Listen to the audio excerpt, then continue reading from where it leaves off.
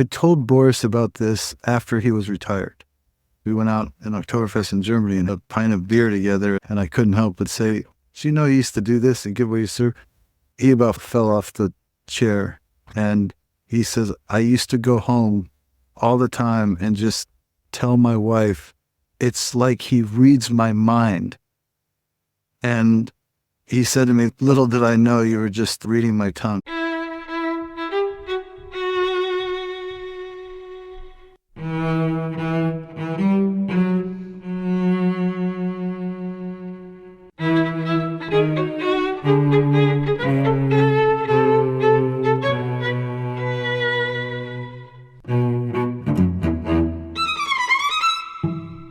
The significant consequences when you can decode nonverbal signals.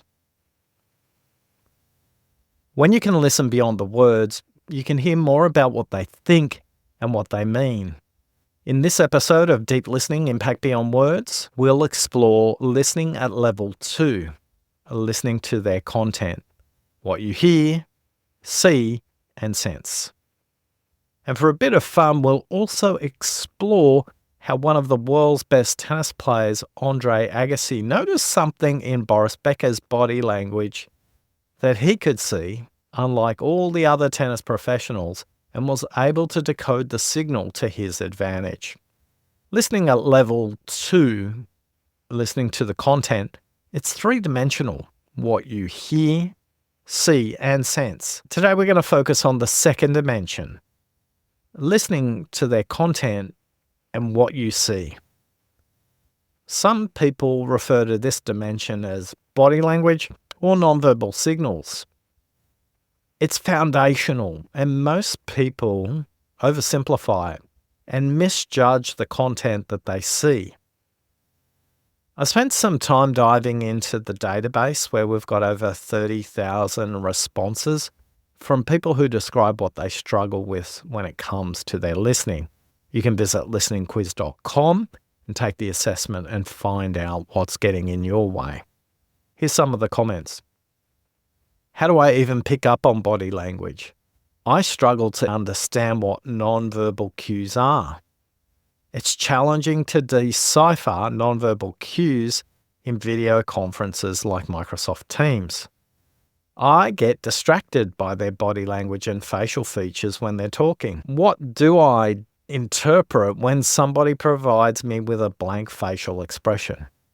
I'm sure you can relate to some, if not all of these, about barriers that are getting in the way when we're listening on the second dimension at level 2, what we see.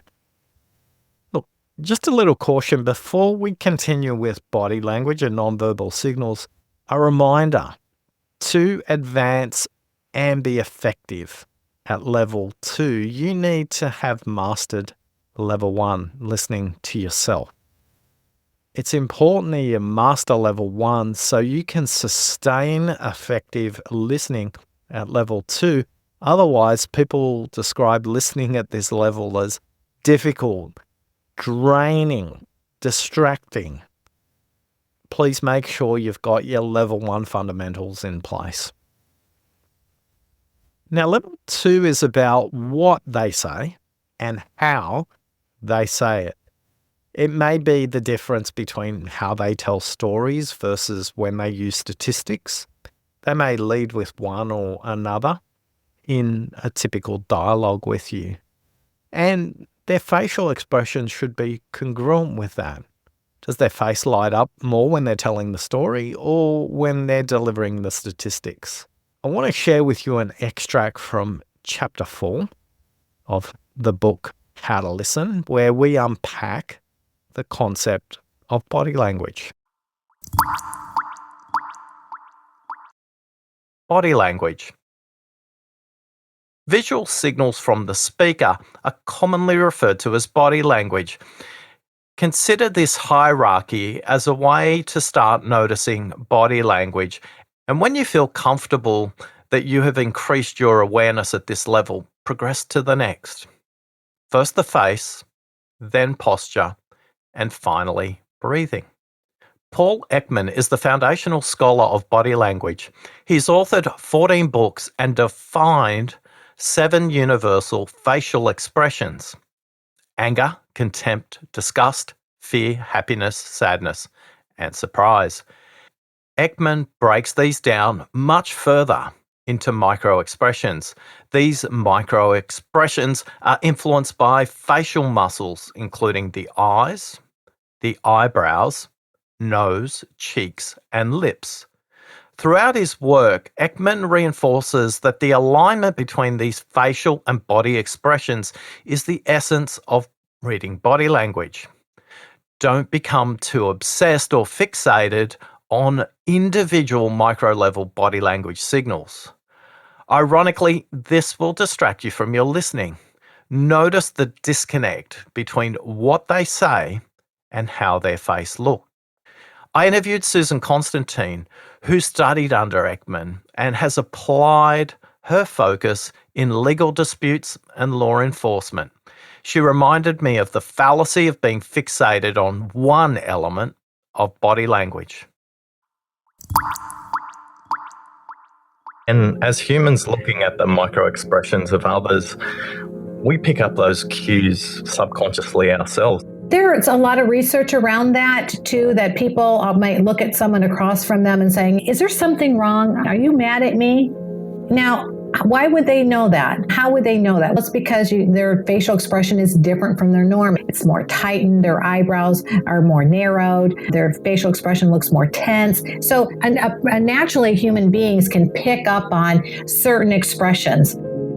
But what they're not really good at doing is decoding them accurately, because environment and situations can affect those emotions. You don't know what happened 5 minutes before that person walked into the office.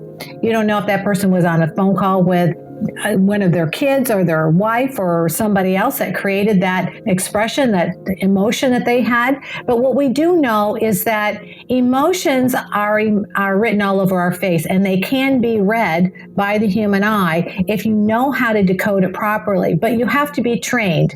I really caution people to make observations about others and decode it on their own without the proper training, because research has told us that about 50% at best are people at reading people. Their luck is about as flipping a coin. And that includes federal law enforcement, clinical psychologists, and I train federal court judges. I can tell you right now, most of them can't detect deception. They get very skewed because they're watching so many people lying to them. They assume that everybody's lying to them. They pick up on one clue, automatically they're lying. But you can really misread people, because there are certain people in certain situations.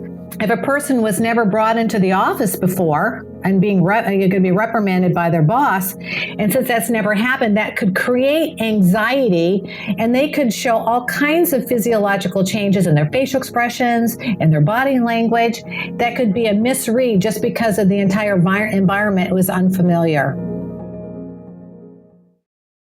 I want to reinforce becoming an expert at reading eye movements and facial expressions is a full-time job. And when it comes to noticing facial expressions, your role as a listener is to become present enough to see any disconnect between their face, their posture, their breathing, and what they say. When I was working with my client Rachel, I noticed her body language and provided her with greater insight into what was said, thought, and meant. She was responsible for the merger integration of 2 different sized companies in the finance industry. The acquiring company was 4 times larger than the other company.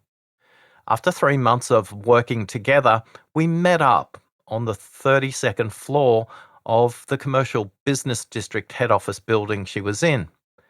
As the meeting started, I asked, "What will make this a great meeting for you?" Rachel launched into a familiar pattern about the struggle around the merger integration, how no one understood how difficult it was, and whether she cared about the outcome. Rachel had created a story that it's unfair for the person from the acquired company to lead the integration into the acquiring organisation. She felt that the acquiring organisation should do it. The dialogue continued for 10 minutes. Yet, at the 7-minute mark, Rachel paused, took a deep breath. Her spine and shoulders changed position, and then she continued speaking until she was exhausted by her own story. I noticed the disconnect between what she was saying and her body at the 7-minute mark. I made a mental note to reflect this back to Rachel. "When you took a breath, what happened?" I asked. Rachel said, Took a breath? When? Here, I could have replied instantly saying something like, "At the 7-minute mark when you said." Instead, I paused and took a deep breath myself as I silently mirrored her body language. In response, Rachel said, I was frustrated with being frustrated. I paused and realized that I'm draining myself of energy by rehashing this issue. It's time. I can stay frustrated or change. Although that's not what I said. I had to verbalize every remaining excuse. I want to move forward. Ultimately, when you notice the disconnection between their words and their body language, it's not about you. It's about helping the speaker understand what has altered in their thinking. Be present to notice the disconnect between what they say and how it shows up in their bodies. If you want to hear more or read more about the book, How to Listen, and it's now won 4 awards across the globe and over 100 wonderful reviews on Amazon and Goodreads. Thank you to everybody who's provided their reviews about the book. If you go to oscartrimboli.com/how to listen, no matter which country in the world you're in, we'll provide the coordinates for how you can get your hands on a copy of the book, or you can listen via your favorite audiobook platform. If you'd like to hear the full episode of Susan and I, visit oscartrimboli.com/podcast/066. That's episode 66 with Susan and I, and you can listen to the complete episode there. The point Susan's made is reinforced by Robin Dreeke from episode 77, The Secrets of Listening Like a Spy, and episode 85 with Michael Grinder, The Hidden Secrets of How to Listen for the Nonverbals. Both explain the concept of baselining body language and nonverbals and the importance of noticing variation or congruence. I thought I would share Robin's point first, and then Michael will follow up immediately after.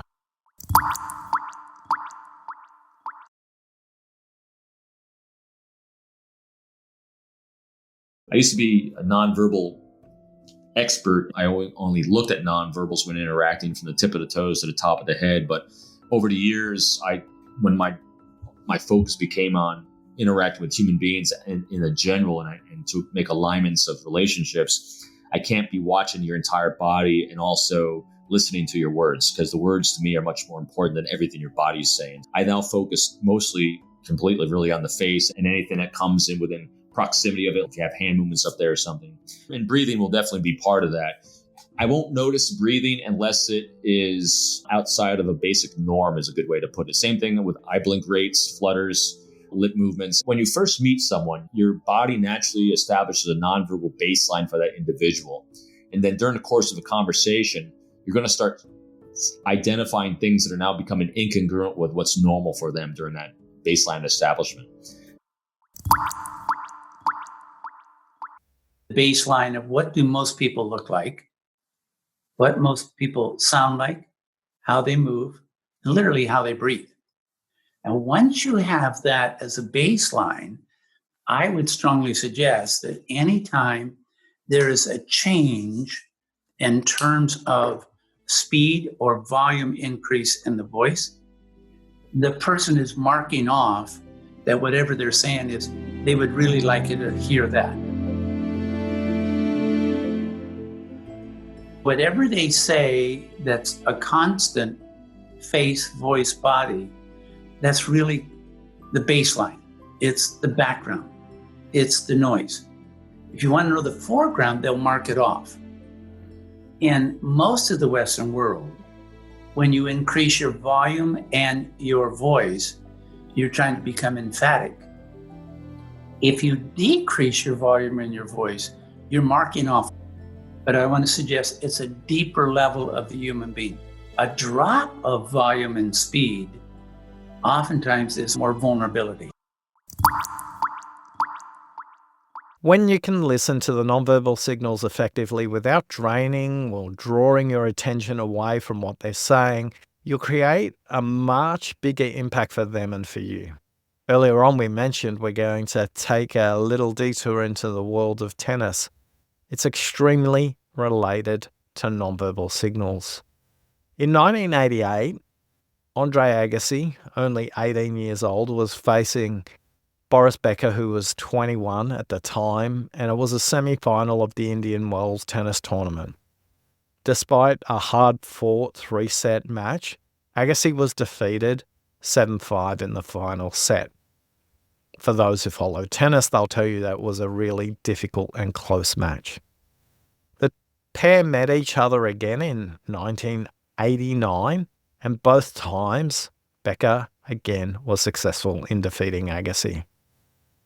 Yet in 1990, something changed, and for the next 8 consecutive matches, Agassi beat Becker every single time. Just like business, there are many variables in tennis. Yet I think you'll enjoy Andre Agassi's explanation of why he thinks he defeated Becker over this 5-year run. Tennis is about problem solving, and you can't problem solve unless you have the ability or the empathy to perceive all that's around you. The more you understand what the problem is through other people's lens, the more you can solve for people in life and in business. Boris Becker beat me the first 3 times we played because his serve was something the game had never seen before. I watched tape after tape of him and stood across the net from him 3 different times. And I started to realize he had this weird tick with his tongue. I'm not kidding. He would go into his rocking motion, his same routine. And just as he was about to toss the ball, he would stick his tongue out. And it would either be right in the middle of his lip or it would be to the left corner of his lip. If he's serving in the deuce court and he put his tongue in the middle of his lip, he was either serving up the middle or to the body. But if he put it to the side, he was going to serve out wide. The hardest part wasn't returning his serve. The hardest part was not letting him know that I knew this. I had to resist the temptation of reading his serve for the majority of the match and choose the moments when I was going to use that information on a given point to execute a shot that would allow me to break the match open. That was the difficulty with Boris. I didn't have a problem breaking the serve. I had a problem hiding the fact that I could break his serve at will because I just didn't want him to keep that tongue in his mouth. I wanted it to keep coming out. I told Boris about this after he was retired because I just showed really good judgment for my own self-preservation and didn't share this with him before. We went out in Oktoberfest in Germany and had a pint of beer together, and I couldn't help but say, "Do you know you used to do this and give away your serve?" He about fell off the chair, and he says, "I used to go home all the time and just tell my wife, it's like he reads my mind." And he said to me, "Little did I know you were just reading my tongue." Whether you're a tennis enthusiast or not, I think the lesson is simple.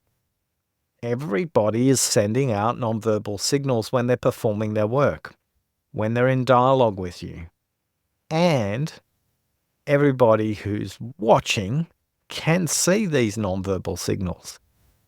Yet, it takes a very attuned, deep listener to decipher these signals to improve performance. I think every other tennis professional who played Becker would have seen his tongue move. Yet it was only Agassi who was able to decipher that and use that in a way that was effective for him. If you'd like to learn more about these skills at level 2, not how to improve your tennis, but how to improve your listening, we've got a dedicated course where you can come and practice your listening and speaking with others. If you visit oscartrimboli.com/fundamentals, you can register for the course. I'd love to listen to you. Email podcast@oscartrimboli.com with the subject line body language. And in the body of your email, what will you do different as a result of listening to this episode? Often I get emails from people with just the subject line, and I immediately reply to them, well, what will you do differently? Because they've left a blank in the body of the email. So that's podcast@oscartrimboli.com with the subject line body language. What will you do different as a result of listening to this episode? Or more importantly, what should I have added into this episode, or what would you have liked me to have covered in this episode so that you could become more effective in the second dimension at level 2, listening to their content, what you see. I'm Oscar Trimboli, and along with the Deep Listening Ambassador community, we're on a quest to create 100 million deep listeners in the workplace, and you have given us the greatest gift of all. You've listened to us. Thanks for listening.